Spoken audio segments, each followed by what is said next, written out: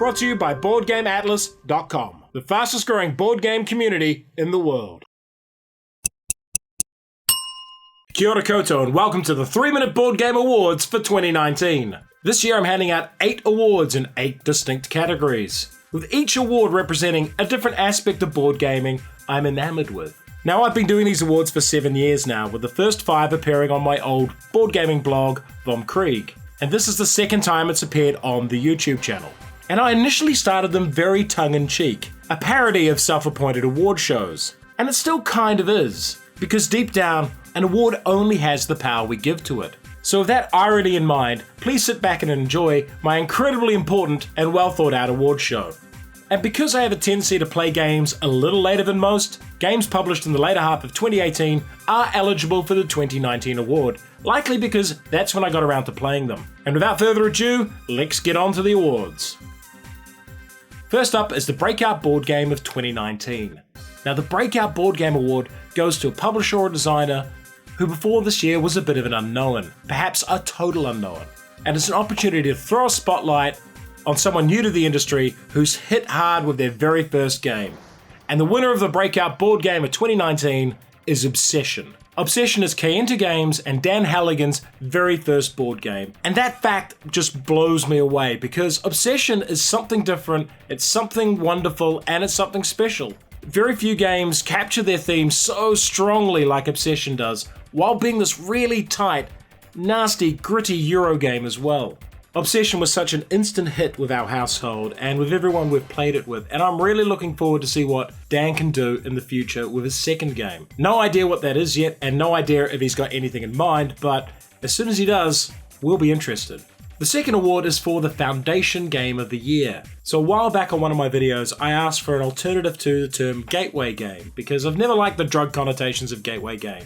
I've also never liked the idea that a gateway game means you're bound to move on to something more complex, that it's a stepping stone. And the term foundation game was the one that I really liked, because foundations are strong, foundations are stable, and foundations can be built on, and foundation games are like that. They should be strong, sturdy games that you can play, but they contain building blocks that you can potentially move on to more complex games if you want to. And for me, the Foundation Game of the Year for 2019 was Horrified. I know this term gets thrown around a lot, but Horrified is a bit of a pandemic killer. It's a combination of beautiful aesthetics, simple gameplay, and eye-catching theme made for a wonderful Foundation game, and one I highly recommend to a lot of people. So congratulations to Prospero Hall and Ravensburger for designing the game I thought was the best Foundation game in 2019. The Small Box Game of the Year award exists to highlight that a lot of good games come in small boxes. That a big box and lots of miniatures and lots of parts and lots of cost doesn't necessarily equate to a great game experience, and that small box games can hold just as much fun as the big expensive ones. And to me, I really respect the challenge that goes into making a small box game. In many ways, a bigger game could be easier to design. Having to streamline everything to get it down to a more essential experience seems like something that needs to be rewarded. And my pick for Small Box Game of the Year is Villages by Harkin Gardner and Sinister Fish Games. Villages is just a wonderful set collection game. It's got its own unique aesthetic and a gameplay loop that I find really captivating. It doesn't overstay its welcome, but has enough decision points to make you feel like your brain's been challenged. And I think Villages is a bit of a masterclass on how to make a small game that both looks good and plays well but doesn't cost the earth. Solo gaming is something I really enjoy doing, and I know it's not for everyone, but I like to give an award to solo games simply because I like solo games and I think they need a bit more attention.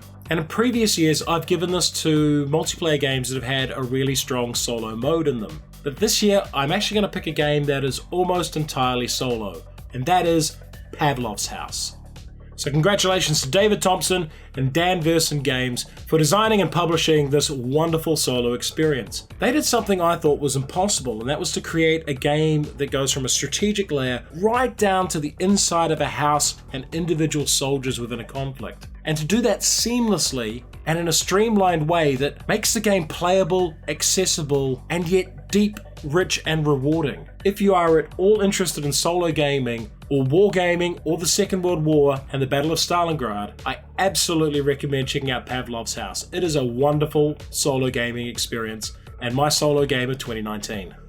The next award is the Te Mana o Aotearoa Award for Best New Zealand Board Game. And this is probably not going to shock anyone because last year it was won by Architects of the West Kingdom against a pretty stiff field that included Endeavour and Australia. But this year for me, Paladins of the West Kingdom was the #1 game coming out of New Zealand. Paladins is the heaviest game to come out from Garfield Games. It's a real chunky beast of a game, but I love it. I love engine builders, and I love games that have very tight decision spaces. And Paladins is one of those very crunchy, very neat games that just clicks with my brain. There is a lot going on in this game, and it could be overwhelming to some people, but if you are after a heavy Euro game, try Paladins of the West Kingdom. So congratulations to Sam McDonald and Shem Phillips from Garfield Games for winning their second Te Mana o Aotearoa Award. The third to last award is the Patrons Game of the Year. So we have a Patreon. The wonderful thing about Patreon is it allows me to do this channel. I do not do paid content. I do not do previews, and I do not do monetized endorsements. I get ad revenue from my short videos on YouTube, a little bit from our sponsor Board Game Atlas, and the rest of it comes from Patreon. And I put out to our patrons this year to pick their game of the year for 2019. And the results were really interesting. I put up like 40 to vote for, and 2 games emerged as clear leaders. And the runner-up, which I'll give an honourable mention to, is Everdell. But the winner, by a bit of a landslide, is Wingspan by Stonemaier Games and Elizabeth Hargrave. Here's some of the comments from the patrons about Wingspan. James Fincham says, putting aside the gorgeous art and tactile components, the satisfying action of activating in a row and triggering a run of powers still feels good after many plays. The European expansion improves the end-round goals and provides some interesting new powers, and I'm looking forward to the Oceanic expansion. John Olsen says, Wingspan takes my #1. We played it 50 times last year and several times this year. And Thomas B finishes it off with saying, Wingspan is a birdwatcher's delight. Wingspan is very much a game that seems to have captured the public's imagination, and a lot of people really, really love this game.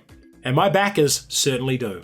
So that is our patron's choice for 2019, Wingspan. The second to last award is a personal award for me, and it is the Nick Garden Memorial Award for Services to Gaming. So this is named after a friend of mine, Nick Garden, obviously. Nick was only 33 when he passed away because of a sudden brain aneurysm. And Nick was the glue that held together a lot of gaming groups in my town of Wellington. He was the calm and reasonable person that would settle everyone down and make sure that all the heated discussions didn't get stupid. He would organise events, he would ref tournaments, and he was an all-round good guy. And after he passed, I decided to dedicate one of my awards to him. And that award is for people who have done services to the gaming community as a whole. And this year I would like to select Elizabeth Hargrave as the winner of the Nick Garden Memorial Award for Services to Gaming. Elizabeth has done an awful lot for women in board gaming over the last year. She's become a real torchbearer for their cause and continuously advocated for more inclusion of women, non-binary people, and people of colour in board game design and publication. And it's because of her ongoing efforts in this area and the support and mentoring she has been offering to people that I give her a well-deserved award for services to the gaming community. Thank you, Elizabeth, for everything you do. And finally, we come to the Game of the Year award for 2019. And this game actually came out right at the end of 2018. And I reviewed it right at the end of 2018. But then I had to give my review copy back to the person who owned it because they were a Kickstarter backer, I didn't back it, I didn't have my own copy. And I hated giving this game back. And I begged this guy to sell the game to me, and he absolutely wouldn't.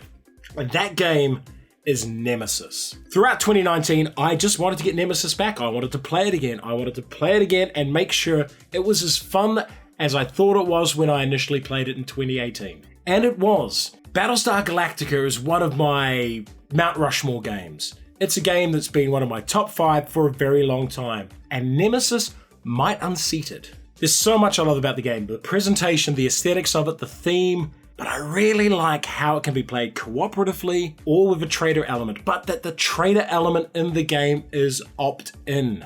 Everyone gets dealt 2 cards. One's a relatively benign mission, and one's a sneaky horrible one, and you choose which one to do. And that level of agency adds such a fascinating social dynamic to the game. My core gaming group is a group of friends who have known each other since high school and early university. We've got 20 plus years of friendship going back, and we love games where we can screw with each other. We love thematic games, and we love chucking dice. Nemesis nails that and has become an instant classic for my main gaming group. So congratulations to Adam Kopinski and Awaken Realms for making the 3-minute board games Board Game of the Year for 2019 Nemesis. Well, that's it. That's our awards. That's the 7th annual Golden KRIEGY'S dealt out. Did I pick the right games? Did I pick the wrong games? Let me know in the comments. And if you enjoy this video, like it, subscribe to the channel, and come support us on Patreon. Kia kaha, araha nui, haere rā.